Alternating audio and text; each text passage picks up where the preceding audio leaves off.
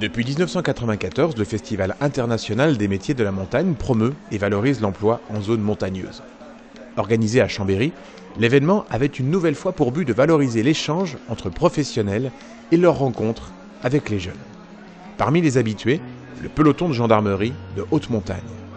Sur place, le capitaine Gilles Chassel a eu l'occasion de répondre aux questions des visiteurs. On est là déjà pour montrer qu'on existe sur la montagne, qu'on est là pour faire notre métier de secouriste.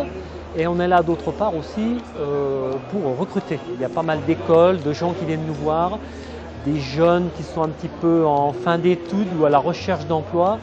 Ils ne savent pas trop dans quelle branche aller et on est là pour les aiguiller et un petit peu pour les diriger et aussi pour leur faire peut-être rentrer dans notre maison.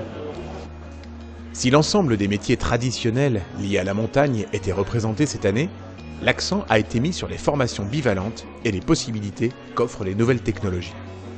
Co-président du festival, Claude Muillard est fier de cet ancrage dans la réalité du moment et de l'évolution de l'événement au fil des ans. En 1994, on était quand même dans un contexte où les emplois en montagne étaient des emplois saisonniers, donc beaucoup d'emplois difficiles en termes de gestion sociale.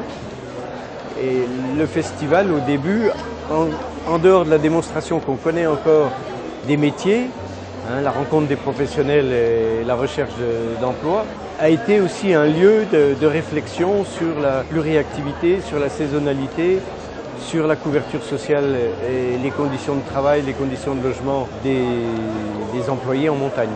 Aujourd'hui, le festival a contribué au travers d'un certain nombre de démarches à améliorer énormément cette situation.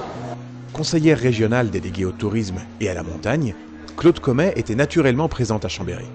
En tant que représentante du projet Montagne 2040, elle défendait des positions et des valeurs chères aux organisateurs du festival.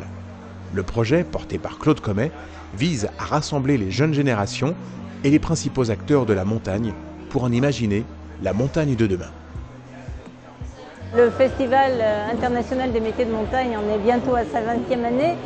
Chambéry a toujours été très en avance sur ces thèmes-là. La région Rhône-Alpes a donc lancé Montagne 2040. Je crois que toute cette convergence de réflexion et d'envie, y compris dans les prochains programmes européens autour de la montagne, de répondre à la fois à l'égalité des territoires et au fait qu'on puisse avoir demain une montagne préservée, que l'avenir ne soit pas simplement urbain. C'est cette réponse-là qu'on trouve ici.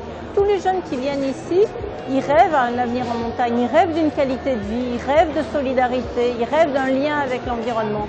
Et je crois que chacun à sa place a une petite partie de réponse. Apporter de nouvelles réponses, c'est aussi ce que souhaite Christophe Lézin avec le projet UTOP. En s'appuyant sur les nouvelles technologies de l'information, un vaste réseau d'universités et de grandes écoles, il participe au développement de la première université numérique de France. La réalisation d'un tel projet offrira la possibilité à ceux qui sont loin des villes de suivre des formations à distance tout au long de leur vie.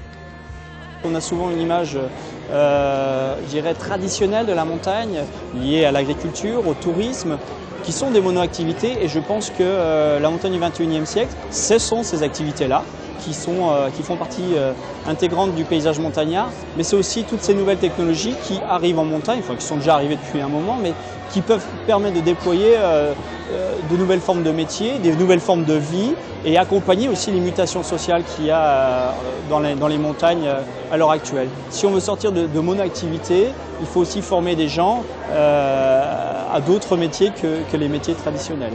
En pleine mutation, la montagne n'a jamais offert autant de possibilités qu'aujourd'hui. Plus accessible et attractive que jamais, elle semble encore nous réserver de nombreuses surprises.